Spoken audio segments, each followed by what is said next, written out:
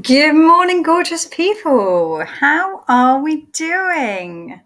I hope you are doing okay. I have got so much to dive in to with you today. I don't quite know if we're going to fit it all in, but we will do our best. But as you hop on and join me, say hello. I'm going to get the video up so I can welcome you properly as you join me live. I hope you have had a gorgeous week, but don't worry, we've still got so much more to come. So, let me find the video. Morning, Katie, lovely. So excited. Me too. I am really thrilled to be able to go through all of this with you today. In fact, I feel like we need to dive straight in. So we may not have too much chit chat before we begin. But morning, Melanie, lovely. So pleased you're here. Hope you are doing okay. Morning, gorgeous Jane. Hope you are okay and having a gorgeous Friday. So, really quick reminder, that if you want to be in for a chance to win the prize draw, then you need to like and comment on all the training videos for this week. That's all you need to do. And then I will pop your name into a hat for a chance to win some fabulous free prizes, including my free training courses, free programs. So huge benefit in just watching some free videos, right? So, who said that? Melanie, you're in Devon on Holes and watching. Oh, fabulous. Hope you're having a gorgeous time in Devon. So, today we are looking at the full Ayurvedic strategy for rebalancing health and wellness and easing through menopause. Because the truth is, we weren't designed to have our menopause this difficult. And the reason it's this difficult is because we've already had an imbalance going on. And we need to sort that out so our body can ease through that transition. Yes, there's going to be changes, but they don't need to be difficult. And that's the bit we're going to look at today, how we can restore that balance. So this transition of the hormones doesn't feel like you've dropped off a cliff. It feels like a gentle ease into it. So hopefully that sounds fabulous to you. I would love to know as well what you thought of day 4's visualization, what came through for you. What I will say is for anyone that's missed out on any videos or missed out on any visualizations because you joined late or anything like that, I will be sharing a link later on today where you can catch up on everything all on one page. So do not worry. You still have the opportunity to catch up on it all in one place. So it's easy to navigate, easy to find. So hopefully that'll be really useful for you. So let's dive in. So let me get rid of me. No, I've done that the wrong way around. There we go.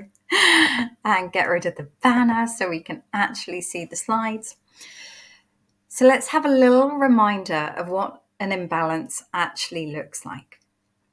So firstly, this natural pitta, this natural fire energy, which some of us will have more of naturally, leads to us feeling passionate and taking great leadership. So not only leadership of other people, but leadership of ourselves, leadership of our own lives, having that accountability and that ownership, being motivated to take the action and actually feeling like you don't have to drag yourself through the day. You're inspired. You want to keep moving forward. When we're healthy and pitta, we don't waste time. So if there's something we need support with, we go out and get support. There's no kind of messing about with that. We feel not only inspired, but we're inspiring to other people. And that fire, that healthy fire within us can be felt by others. There's a warmth about us, a charisma.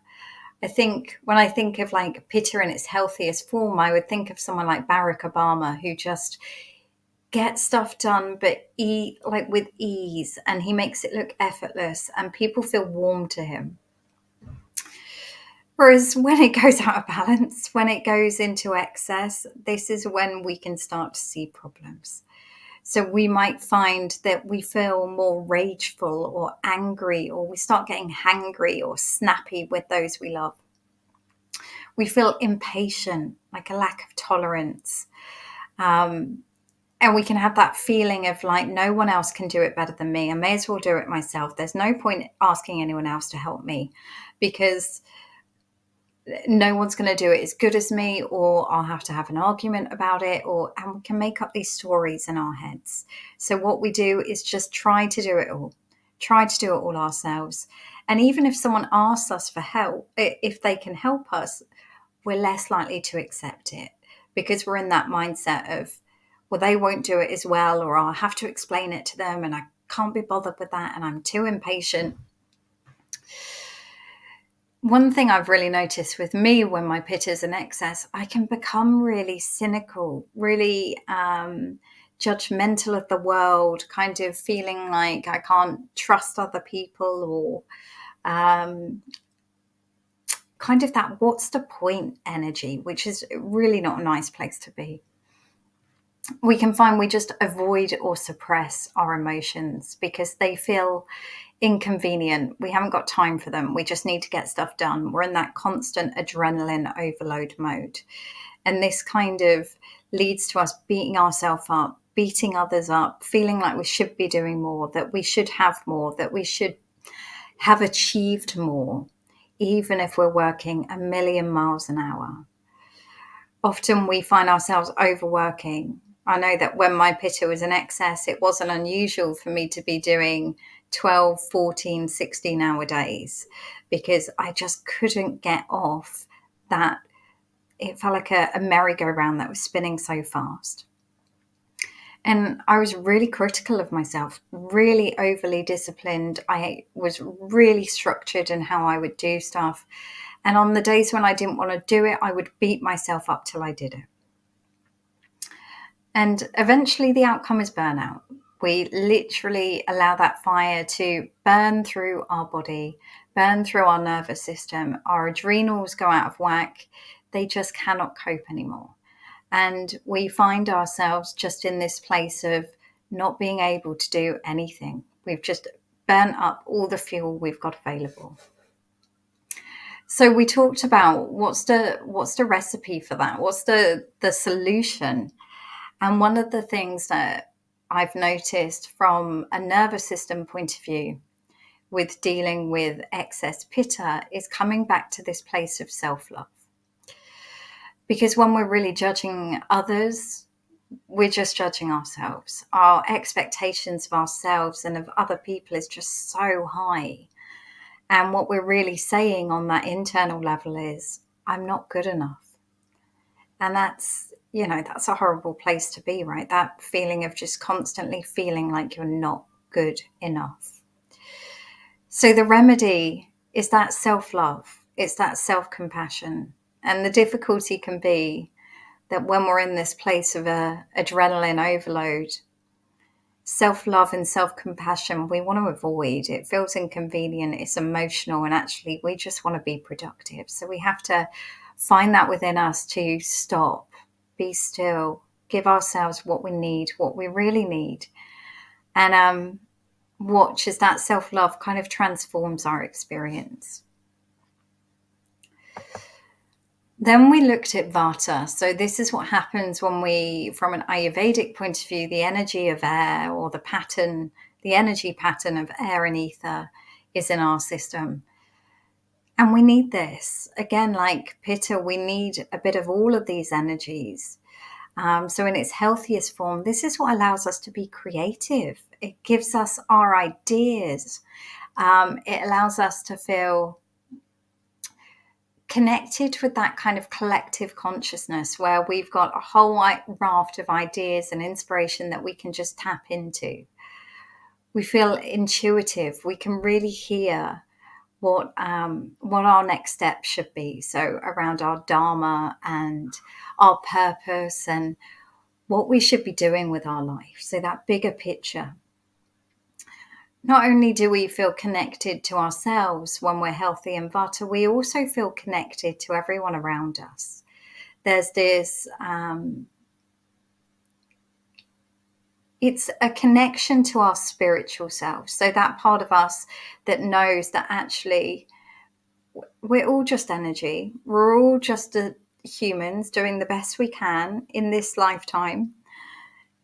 We really feel that on an energetic level. So it's easy to flow through life because we can just see that everyone's doing the best they can. When our vata is really healthy, we're able to communicate easily. We're able to convey our thoughts, our ideas in a way that's easy to understand. And we can just flow through life. Like I say, there's this element of flow. If we think about air flowing through the trees, this is how it feels to me when my vata's like at the forefront in a really healthy state. It's like the days just go through easily. I get everything done I need to, but with a sense of flow and ease. Um, and it allows me to be able to think about the big picture. Why am I here? What is the purpose of my life? What do I want to achieve? What do I want to think about as I get to the end of my life? What are the things I want to look back on and think, oh my God, I've done so much and I am so grateful and I've helped so many people. I can really tap into that when my vata's in a healthy state. Yet when it's in excess, we end up in this real anxious mode. Everything feels very fear orientated. So we tend to be too scared to take action. We're too scared to make decisions. We can find ourselves just things that we used to find easy all of a sudden become really scary. We can find our mind is so busy that it's really difficult for one thought to connect to the next one. So we can't focus. We're just all over the place. Our mind is going a million miles an hour and we can't keep up with it. And because of that, we end up feeling really overwhelmed, like the world is spinning and we want to get off. And because we're not processing this when we're awake, we can find ourselves waking up at 2 a.m. to 4 a.m. in the morning because our anxiety is just on overdrive. And this is our body's way of trying to deal with it. But because it can't deal with it, it will either try and deal with it on a dream state and we will have like nightmares. And those nightmares might wake you up. If you're the sort of person that doesn't remember your dreams, you might just find you're more restless at this time. You're getting up, you're having to get up and go to the loo when perhaps you didn't have to before. You might find that you're unable to concentrate, think, and remember unlike you used to. So perhaps you were really focused before, but now all of a sudden it just feels like you cannot concentrate on one thing at a time. And you can feel a little bit ungrounded, so like disconnected from the world, away with the fairies, uh, in your own little world. And I don't mean that in a way of like to me, I kind of live in my own little world. I purposely keep myself separated from things like a lot of the media and stuff like that. But when you feel completely disconnected from everything that's going on in the world and you just want to run away, you can find that you can't sit still though. So it's not like you can just sit and hide in bed. When we've got too much kapha going on, we're more likely to just want to sit and hide in bed. When we've got too much vata going on, we're literally more inclined to want to run away. So literally just get me away from here. I just want to go on holiday. I just want to get away. And so sitting down and sitting still and sitting with our thoughts, sitting with ourselves can feel so difficult. But the real outcome of this is we get sucked into this fear mindset. And when we're sucked into this fear mindset, we start making decisions according to the fear. And I'm sure you will all have experience in your life that when you've made fear-based decisions, they don't serve you. They keep you away from the opportunities that will actually take you forward. They take you out of that place of realizing just how lucky you are. And you can just feel like you're in this constant state of wanting to flee. So some of the ways that we can address this in the nervous system particularly is to, one, remember that it's our right to feel abundant, to be in connection with abundance. Because the problem is when we let fear take over, it becomes that self-fulfilling prophecy. We make fear-based decisions. We make decisions that will lead us further into places that will cause us more fear. So, I mentioned you're seeing this at the moment with all the fear that's going on around rising prices. And the media does this on purpose, right? Because fear sells. And the truth is, the more that we kind of hunker down and don't buy and don't spend our money, the more likely we are to go into a recession. And when we go into a recession, we're going to find even more problems. So this is what I mean about fear-based decisions. Watch your decision-making process when you're in excess vata, because it's likely to take you into a place where you will have a reason to be scared, because that fear creates more fear. So one of the ways that we can really address this is by tapping into gratitude. And gratitude is such a powerful state. And I don't mean, and I'm going to say it, and this may annoy or trigger people. I don't mean just make a gratitude list. I know I've had so many clients that have come to me and said, "Oh, I've got a gratitude practice. I write down 10 things every day." And I'm like, right, okay. So do you tap into that energy of the gratitude? Do you feel that energy in your body? Do you feel your heart expanding? Do you feel that love for yourself and for the world and for your life? And they're like, well, no. So gratitude is not something we write down. It's something we experience. It's something we feel in every cell in our body. So if we want to see the real medicine that has to bring, then make a point of really tapping into the sensation of gratitude and allow your heart to expand. And then we take the steps we need to face that fear. And it might be, something small initially, and then you build up and up and up and up until you can really lean into that place of fear. Because the truth is, if we don't create our own challenge, the things that, if we don't face our own fears, the universe only throws more opportunities at us for us to grow. We come here to grow. That's my belief. I believe we come here to heal and grow and face these fears head on. And when we avoid doing that, we just end up saying to the universe, I'm not doing it myself. You're going to have to throw more challenge my way. So it responds. And then, God, we've covered a lot, haven't we? And then we had a look at the energy of Kapha. So this is the energy of earth and water. This is the energetic pattern of earth and water.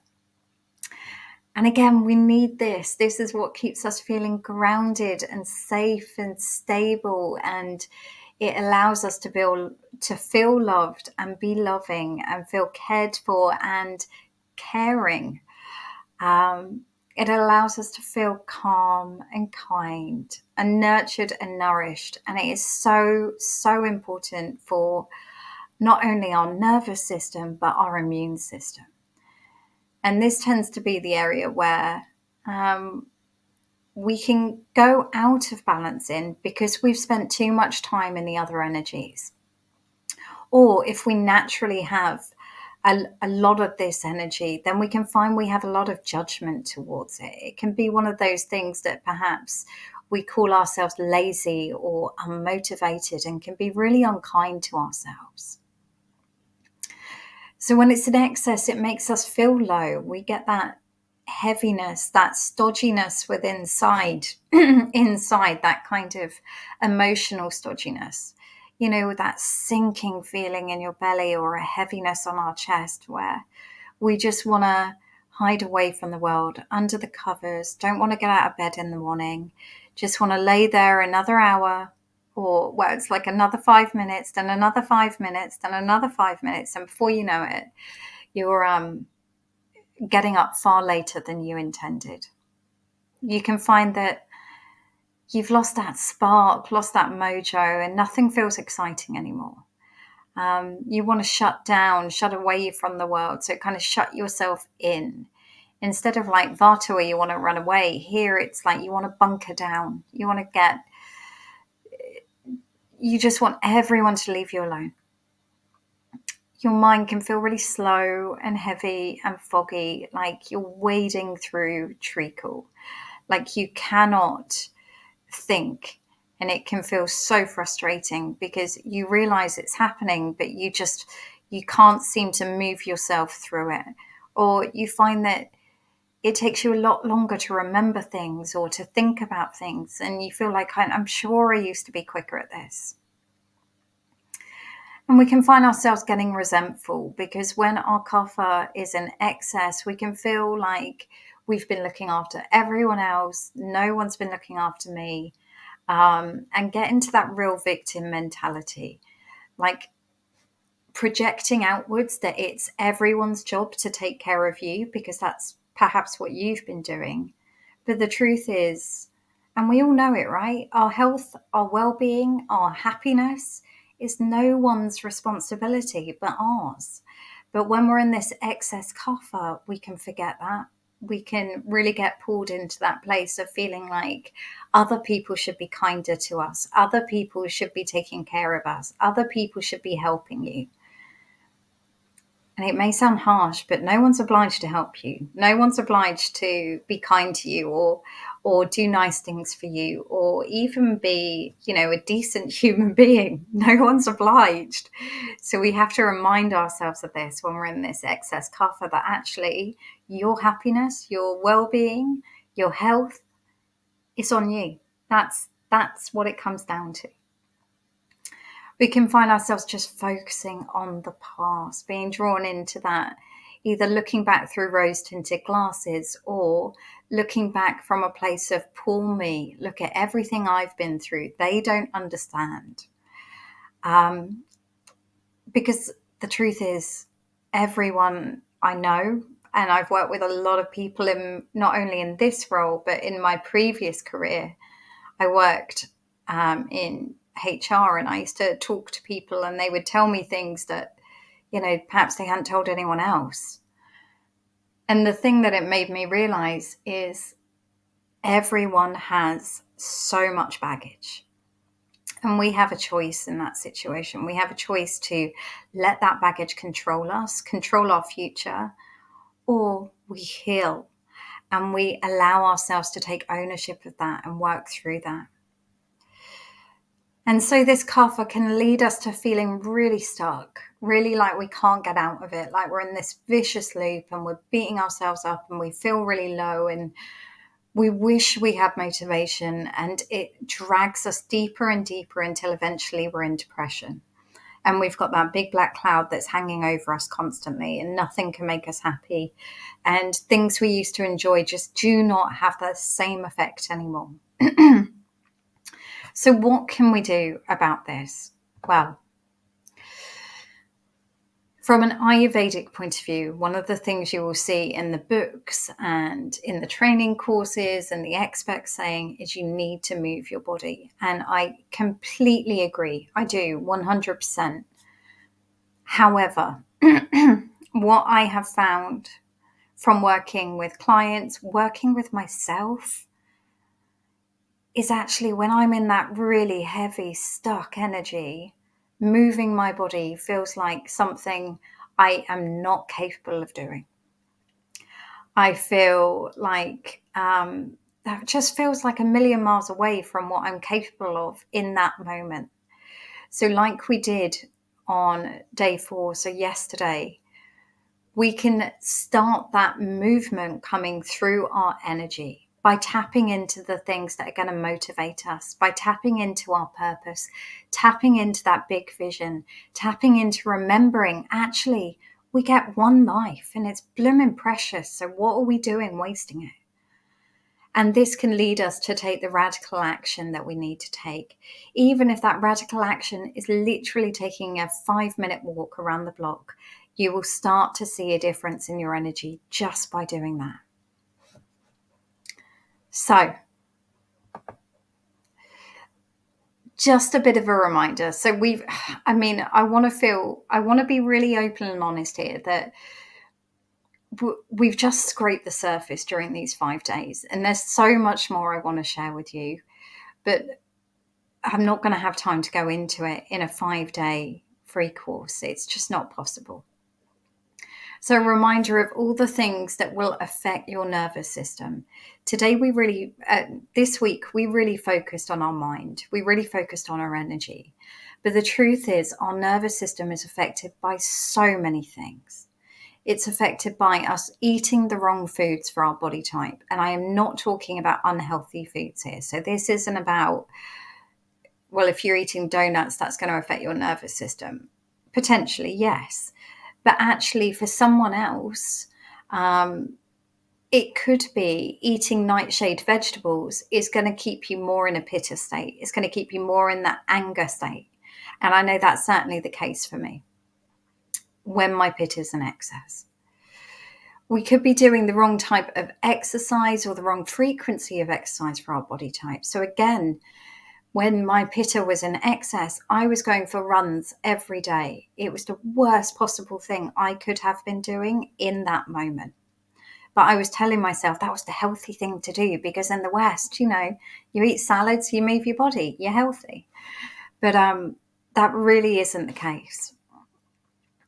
When we're already out of balance, this also creates more imbalance, because we tend to crave the things that will pull us further out of balance.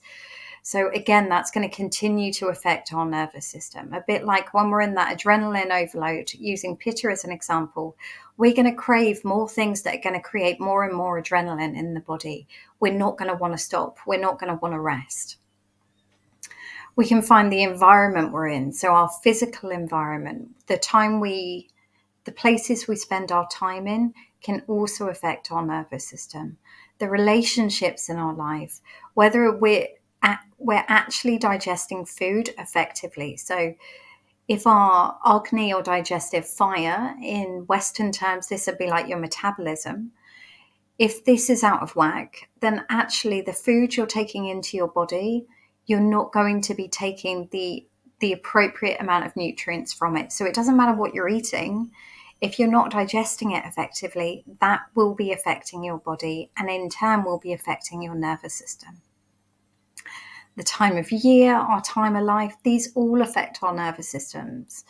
And the medications we're on, drugs we might be taking, what kind of alcohol we're taking in, how much alcohol we're taking in, what stimulants we're taking in, what herbs we're taking in, as well as things like the things we're digesting on an energetic level. So if we're taking in a lot of negativity around news, media, around the people we're surrounded with, these things are going to affect our nervous system, as we know. If we're living the wrong lifestyle for our makeup. So what I mean by this is we will all have different levels of tolerance around things like our ability to handle stress, especially in the beginning when we're first looking after ourselves. So we need to figure out what's the right balance for us. Sometimes if we don't have enough challenge, we can find ourselves slipping into that kapha energy. If we find we've got too much challenge, then we can find ourselves being pulled into pitta. Also not listening to our body. So we're ignoring those warning signals. And so our nervous system will get louder and louder and louder and louder, trying to get our attention, a bit like a toddler that's pulling on your clothes or shouting and screaming until it's stamping its feet and having a complete meltdown. And of course, past traumas. If we haven't dealt with past traumas, these things are going to be affecting our nervous system in certain ways. And not just when we're really triggered. Sometimes it's those little things. It may be seeing someone in the street that reminds you of someone you used to know, or being in a place where it's similar to where something happened. And like I say, these traumas don't have to be huge traumas. Of course, things like sexual abuse or domestic violence are going to have a huge impact on your nervous system. However, don't underestimate the smaller traumas. So the times that someone called you lazy or unattractive or unintelligent, or whatever they called you, those things stay with you. And they will be affecting your nervous system. Whenever you make a decision, we're conditioned by these little traumas, and they will make us fall into a place of self-doubt and actually not do the things we want to do because we're scared we're not good enough.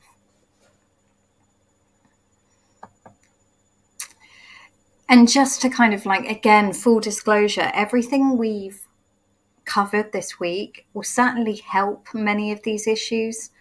But without the bigger piece, without the full strategy, it won't fix these issues. So it's not going to, gratitude practice will not stop you having night sweats. It won't stop the frequent UTIs. It won't stop the disturbed. Well, it may help a great deal with the disturbed sleep, actually. It will certainly help with brain fog, but it's not going to change it completely. And the same with the weight gain, loss of libido, the aching muscles, the hot flashes, the vaginal dryness, all of it.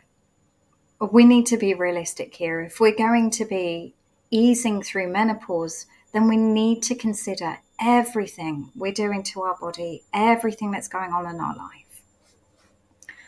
Oh, so let me take a moment to just look through your comments. Jane, such an important point about gratitude practice. I'm glad you understand that, lovely. Whenever I say that, sometimes it really triggers people.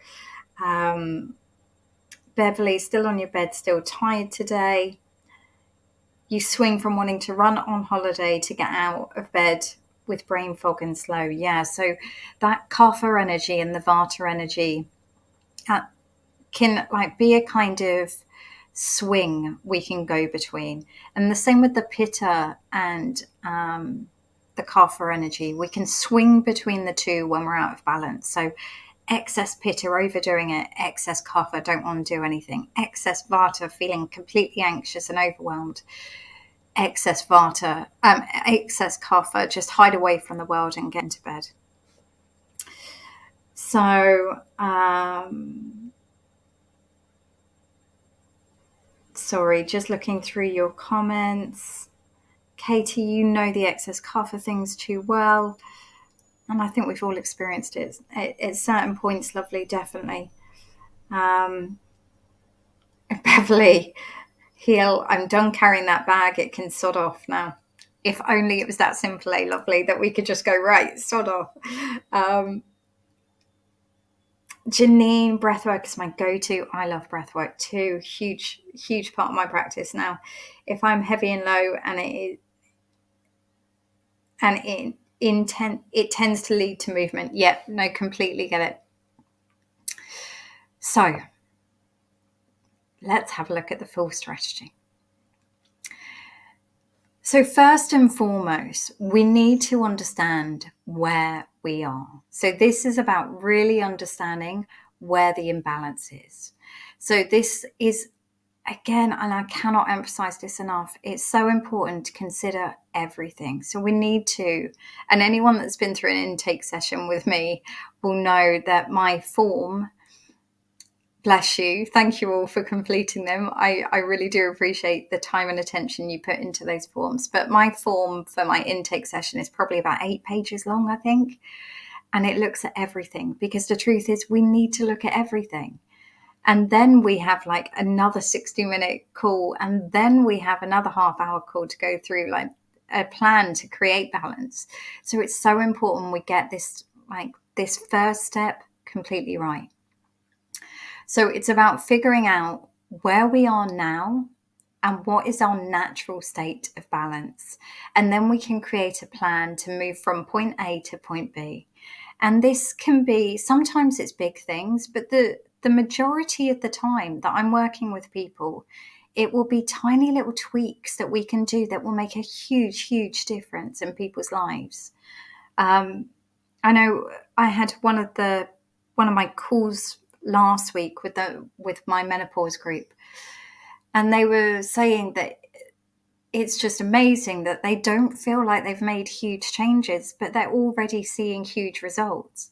And so they were trying to analyze, like, how does that work? But it does. Sometimes it's the tiny little tweaks that we can make that make a huge, huge difference. So that might be addressing the way that you live your life. It might be the things you're eating. It might be looking at your relationships. It might be looking at the herbal support that you can take to help you get through certain things, or to help restore balance. It's looking at the different exercises that you might be doing, whether they're suited to you, whether you need to be doing something different, how often you're doing them, whether you're doing them too much, whether you're doing them not enough, or whether that intensity is too strong, or if that intensity, again, needs to be upped a little bit. We look at what stress is going on, your past experiences, the mindset you're adopting. Mindset is so, so huge and so often underestimated. We can have a look at our tendencies. So this is what I was talking about in terms of our conditioning. So we will have tendencies that we will crave naturally on our, like from a really biological level. There'll be certain things that we will naturally crave. But there will also be things that we've been conditioned towards. So we're often conditioned towards not taking care of ourselves, putting everyone else's needs first. You know, as women, we're taught from a very young age, that's what we do. That's what makes a good mum, a good wife, or, fill in the blank. We need to look at the environment in which you're living in, the time of year, the time of life, any hereditary conditions. And so, yeah, like I say, that this is why I give a 90-minute intake with my clients, as well as an 8-hour, that would be impressive, an 8-page form, so that we really get to the bottom of all of these things. So number 2 is about restoring and rebalancing your nervous system. So we've started to have a look at that this week, in terms of the energies that can show up, certain things that we can go to when we can feel like we need to slow our nervous system down. But again, we also need to think about the wider picture. So what are the things that might be affecting the nervous system on a real physical level? So like I say, it could be lifestyle, diet, relationships, the medications we're taking in. It can be so many different things. So we need to consider all of this, as well as what we're personally doing to restore and rebalance our nervous system through practices like gratitude, like self-love, like self-compassion, like finding that inner fire through beautiful practices. And then step 3, we need to restore our agni, or our digestive fire. Like I say, in Western terms, this would be like your metabolism. But it also includes your gut health, and your intestinal health. And I don't just mean here, what I will say is this isn't about taking a probiotic. Again, that's one of the things that we can do in the West to kind of simplify everything. But a probiotic will only take you so far. So restoring our gut health is about, one, making sure that our digestive fire is not too hot. So we're not literally burning through food as soon as it comes in the body and then not getting all the nutrients out of it. Or perhaps it's so slow that actually we're not actually absorbing the nutrients because our system is too slow to take them out of the food. We can also find that at this stage, we need to think about things like leaky gut syndrome, whether we've got SIBO, which is where we've got like yeast that goes on inside the gut lining. These things will not only lead, excuse me, my throat went, not only lead to things like, so fibromyalgia is a big one that's connected with gut health, but also things like allergies. You might find that you develop food intolerances that you didn't have before. Maybe you start developing things like hay fever or skin allergies that you didn't have before. It becomes one of those vicious circles. The worse our agni and gut health gets, the more symptoms we're likely to see when we eat. So you might find that you start experiencing more gas in the digestive system, more colicky pains. You find that your bowels are moving in a strange way, like it's one thing one minute or one thing the next. You might find your bowels are really slow or really fast or just really erratic. There's so many ways this can show up for us, but we really need to get our gut operating in the best possible state so that we can actually take in and digest the nutrients we require. The number 4 is about releasing armor. So this is toxic buildup. And this isn't about going through a detox. This is about releasing the accumulation of things in the body that haven't been processed effectively. So this happens on a physical level, but this also happens on an emotional level. You know, these sages, thousands of years ago, were telling us about the physical effects of trauma, and we're only just starting to understand this in the West. They knew this. They knew that actually, if you don't heal past traumas, not only will it affect you mentally and emotionally, it will affect your physical body. And we're starting to really grasp this now. And there's some really exciting research coming out about this. So, yeah, I'm excited that we're heading in the right direction, but there's still so much more in the West I feel like we need to know. So step 4 is really about releasing that armor, is letting it go. And this is from our lymphatic system, this is from our digestive system, this is from our muscles. It accumulates in the body. So we need to make sure that we can release that in order to have a clean system going forward. So in the West, we normally come straight into stage 5. And this is why it doesn't work, or we have to find a quick fix or something to cover up the problem. In stage 5, we then look at how we can rebalance the hormones. But the truth is, unless we've done those 4 stages before, anything you do in this stage 5 is just going to revert back. You're still going to see problems, or you'll take something that will mask it. And I'm not anti-HRT or anti-estrogen patches or anything like that. But what I have seen is that actually, if we forget about these first 4 stages, when it comes to coming off the HRT or the estrogen, then actually what happens is we still have an imbalance in the body, which we haven't addressed. So we still feel like rubbish. So it's so important that we do these 4 stages first. And in this stage 5, it's about looking at, yes, we will look at remedies, but it's about ongoing balancing of your hormones in terms of your lifestyle, the foods you're taking in at certain times of the month. And this is something I'm so passionate about, and wish that we taught children, like young girls from a young age, that at different times of the month, your body will need different nutrients, different ways of living, different levels of exercise, different levels of the different ways that we show up in our life needs to be different at different times in our cycle. We're not designed to be doing the same thing every day. Our body does not respond to that as women. So in stage 5 is really where we start looking at how to balance the hormones. Let me have a look at your comments as they come through. Jane, does this strategy work in tandem with HRT? Yes, definitely. I've got many clients in the menopause program that are on HRT and using this strategy and still feeling huge benefits from implementing this strategy. So there's no reason why you can't use the 2 in tandem. Of course not. And in fact, coming off HRT too quickly can be really detrimental to your health. So please do not look at this and go, oh, okay, I'll read a book on Ayurveda and just stop taking HRT. Please don't, because you will find you send yourself 20 steps backwards, and it can be really dangerous. So please don't. A fear just came up for me around physical activity. I'm an athlete and I don't want to hear the words, what you're doing is not good for your natural state. I just love moving. And lovely, there is no reason why you can't keep moving. It might be around the intensity. It might be around when you're exercising, because the truth is there'll be different energetic states at different times in the day.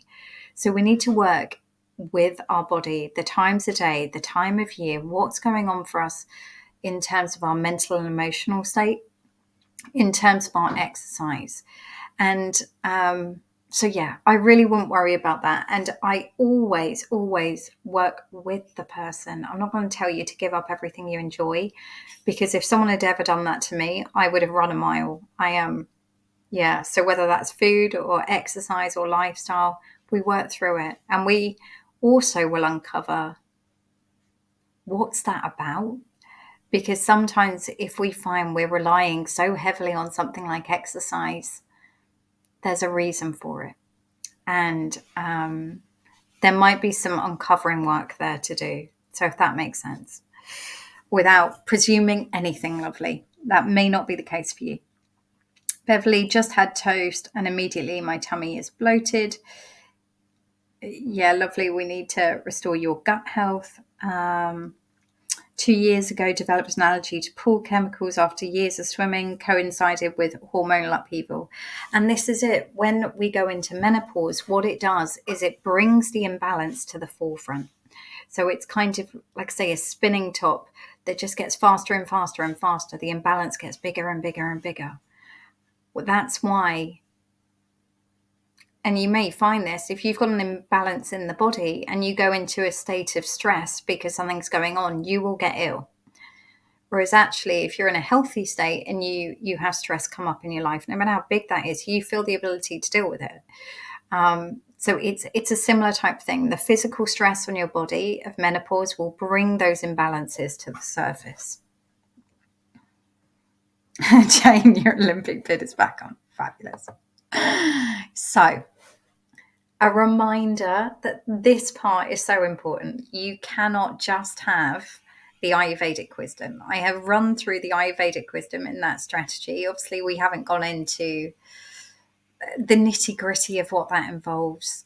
But you have to have these other two pillars, these other two circles. So you need to understand how it relates to your body. So what we've covered this week will give you a taster of that. But there's so much more to understand, to really uncover when it comes to understanding your body and how imbalances show up for you. This also includes understanding things like our conditioning. So Jane, again, was there some conditioning or some trauma response in regards to the exercise? Hence the reason it seems like something that you feel really connected with. That may not be the case. I'm just using that as an example. And then we need to make sure we're adopting this self-healer mindset. So being the self-healer is not about dabbling. It's not about trying to find a one-size-fits-all approach. It's not about saying, like, turning down their needs. It's not about not asking for help. It's not undervaluing the impact of your wellness. And it is not waiting for things to get so bad that they just cannot be ignored anymore. Being the self-healer is that radical honesty and responsibility for where you are in terms of your health and well-being. It's having a holistic strategy where you consider it all, not just something in isolation, not a magic pill, not the, I don't know about you, but I wanted the wonder drug. I wanted, when my body was screaming in pain, I just wanted someone to say, take this one herb and it will make it all go away. The truth is, we need a holistic strategy. We need to look at it all. So as the self-healer, we know who we are. We know our body. We know how our mind works, and we work with it, not against it. We can see where we've got conditioning, and we can see where we need to rewrite that. And we can see where we've got beliefs that are not serving us and where we need to rewrite that, and where we need to start making different decisions, bearing in mind that perhaps what's led us here has got us to this imbalance. So perhaps we need to try something new. And as the self-healer, we know and we act accordingly from that place of saying yes to our needs, yes to our wants, knowing that that truly supports those around us. And we can give to them from a full cup, showing up as the best version of us rather than, giving people the dregs of what you've got left in terms of your energy. And they seek out the support they need. There's no messing about here. There's no kind of, initially in my wellness journey, I thought I'll just read the books and, I did all of that and I researched the websites and stuff. The truth is, it got me so far. And actually, had I just gone and got support, I would have seen results so quickly. Instead, I'd given myself another year's worth of suffering by trying to figure it out myself. So as the self-healer, it's like our time is precious. We understand that actually we deserve to get the support we need. And so, as the self healer, we act on those niggles. We don't wait for the disease to form. We don't wait for the conditions. We don't wait for those 7 stages that are that we have in Ayurveda. We don't wait for those 7 stages before it turns into a disease and condition. Whereas in the West, we only recognize it really when it's a disease condition or if it's a virus stage. So before we're even in condition or disease, there's 7 stages of imbalance going on in the body where we can intervene at any point. Saying that, there's no reason why at disease and condition stage we can't reverse that. So that's still possible. It just can take a little bit longer. But even still, we act on it. We don't just ignore it. We don't give our power away. We don't put the responsibility on the doctors or the consultants to fix us, telling them, waiting for that knight in shining armor. We own it. So, how are we doing for time? We've got 8 minutes left. Oh my God. I tell you what, it's flown by today. So I just wanted to introduce you to a couple of my self-healers. These are from different programs that I have run. Fabulous women that have used this strategy. And I'm not going to read through these slides individually because you can have a look yourself. But I mean, this is the gorgeous Gabby. She is a fabulous lady. And I'm so excited now because she's training to be a coach of Ayurveda with me. So soon she'll be able to help, many fabulous ladies in this group. Well, and her group as well. And this is the gorgeous Moira. Moira is a beautiful, beautiful lady who has seen huge transformations in her health and wellness by adopting the self-healer mindset, the wisdom of Ayurveda. And to actually see how far she's come has just been such an honor.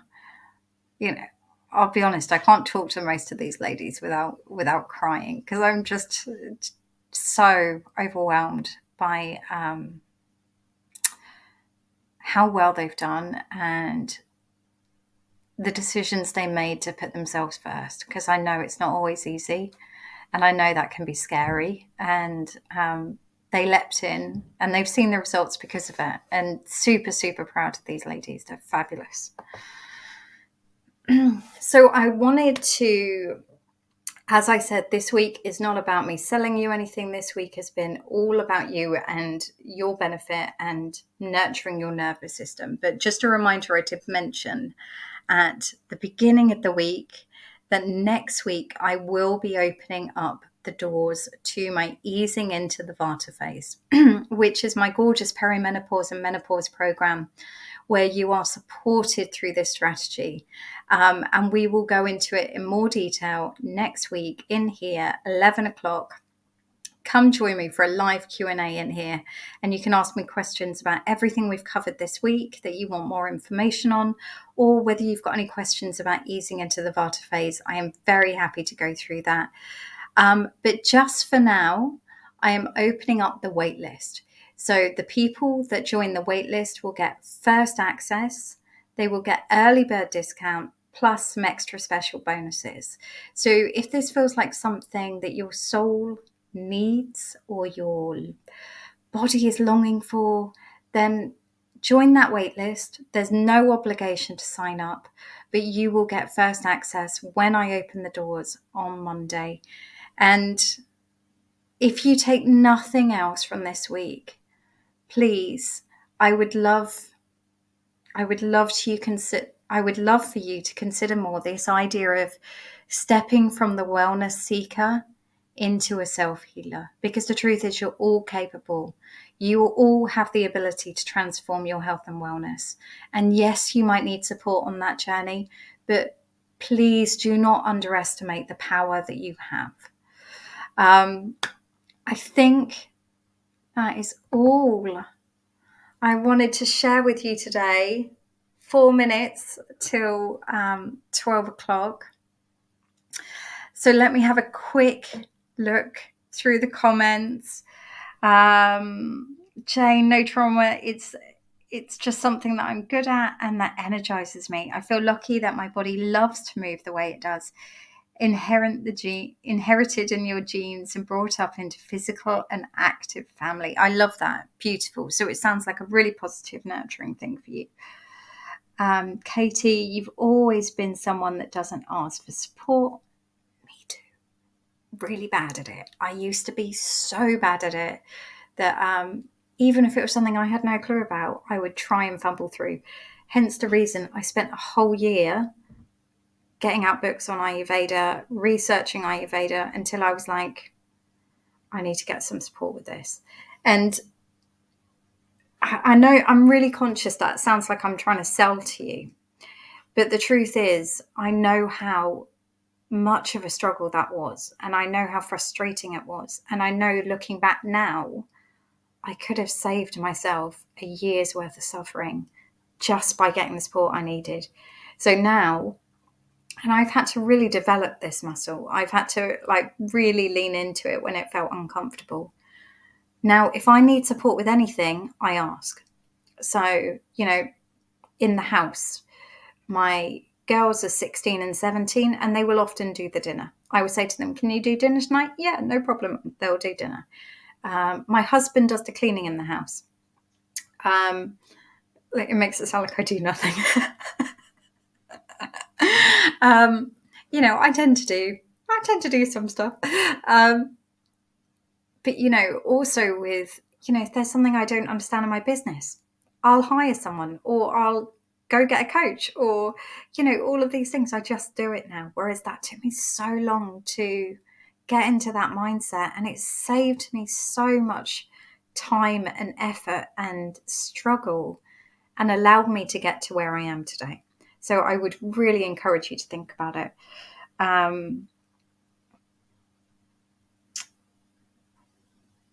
Where did I get to? Sorry, I think a few comments come through. Jane, I love the respect you show to and the way you honor your clients. Their stories sound inspiring. They really, really are. And oh God, I'm going to get emotional because it's an honor. It's a huge honor to work with the ladies I work with, and they're amazing. Oh, I've gone now. Just thinking about them. I am so glad, Trina Lane, that you've enjoyed it. Lovely. What I will say is next Tuesday, I have got a lady that's going to be coming into the group and sharing her story with you. So we are going to have a little chat, and she's going to tell you a little bit about her experience at the Menopause program. Again, I'm super excited. Oh, gorgeous Deb. She is lovely. And it'd be so lovely for you to hear from her own experience rather than me sat talking about it. I think it makes such a difference, doesn't it? Hearing someone else's journey, hearing someone else's story. So she will be coming in to the group 11 o'clock Tuesday. Monday at 11 o'clock, we have our live Q&A. And on Wednesday, I'm going to do the prize draw at 11 o'clock. I'm going to stick to 11 o'clock, so it's nice and easy. You are very welcome, Janine. Oh, Katie, lovely. You're worried that you can't do it. And this is that little voice that we all have. And the truth is, and it's such an important point you raised that I feel like I need to address it. We all have that little voice that says, what if I'm not good enough? What if I cannot live up to it? What if I fail? What if I let myself down? What if I let others down? What if I, that kind of self-doubt, that inner critic. So what we can do is just stay in this place of play it safe, withdraw, won't do anything that's uncomfortable. But here's the thing, growth and comfort do not operate the same space. They do not. So feel free to stay comfortable, lovely. But Through that, you won't see transformation. Through that, you won't see growth. And what I've experienced myself and I see through clients, and I know the science supports, is actually what we need to do is, instead of waiting till we're ready, till we feel comfortable, till we feel confident, we won't feel any of those things until we actually do it. Because when we do it, it's from that place that we get evidence to prove to ourselves, oh yeah, I can do this. Oh yeah, I've proved to myself I can do this. You know, some of the ladies that I'm working with at the moment did not believe they could do half of the things they're doing now. Moira, that lady I showed a minute ago, she's meditating every day. She is walking every day. She is cooking every day. I'm sure she won't mind me sharing. When we started working together, she'd never meditated in her life. She was getting some, she'd already started putting the walking into place, but she's managed to sustain that for like 2 years. And when we met, she had like a food phobia of cooking. She couldn't even imagine herself cooking a dinner. Now she's cooking for herself every day. You will be inspired through this program, not by me. Yes, I'm there to help and support you. Yes, I will help you with your mindset. Yes, I will help you put a plan in place and have the motivation to follow it. But you will be inspired by the other women in the group, because they are an inspiration. And you will inspire each other, and you will lift each other up, and you will... Oh, there's an energy to it, and I can't explain it because you have to experience it. But do not underestimate you. Please do not underestimate you. It's the worst thing you can do. You are very welcome, Beverly. Lovely. Jane, you are so welcome. Looking forward to today's email. Whoop, whoop. I do put my whole heart and soul into this. And actually, oh God, I'm still feeling emotional thinking about it all. So I gave up my career. I gave up a very successful career to do this. And it wasn't because I wanted to earn a shed load of money or I wanted to have an online business. Actually, I had no intentions of either of those. It was because I just knew people needed this information. And the fact that, had I known this information even 20 years ago, there's no way I would have even developed rheumatoid arthritis. And so it is. It's my heart's passion. It's my soul's passion. It's why I'm here. I genuinely believe this is why I'm here. Oh dear. You are so welcome, lovelies. It has been an absolute pleasure sharing this week with you. Do not, don't disappear. We have got the live Q&A happening next Monday. So if you've got any questions from anything we've covered this week, please come along. Please share them. If you're not going to be able to make it live, send me an email or send me a message. I'll make sure we cover it. I'll also share with you a bit more about easing into the Vata phase, so you know what that's all about, and you can find out more info about that. And then on Tuesday, we've got the gorgeous Debs joining us, who will tell you a little bit about her journey of easing into the Vata phase. A beautiful soul who has had many challenges in her health journey. So I'm sure you will love to hear from her.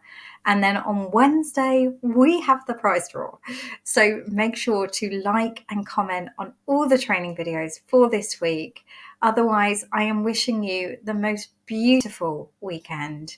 I will also send out a link later on today so you can access everything all in one place. And if you need anything in the meantime, please reach out. Otherwise, take care, and I will see you soon.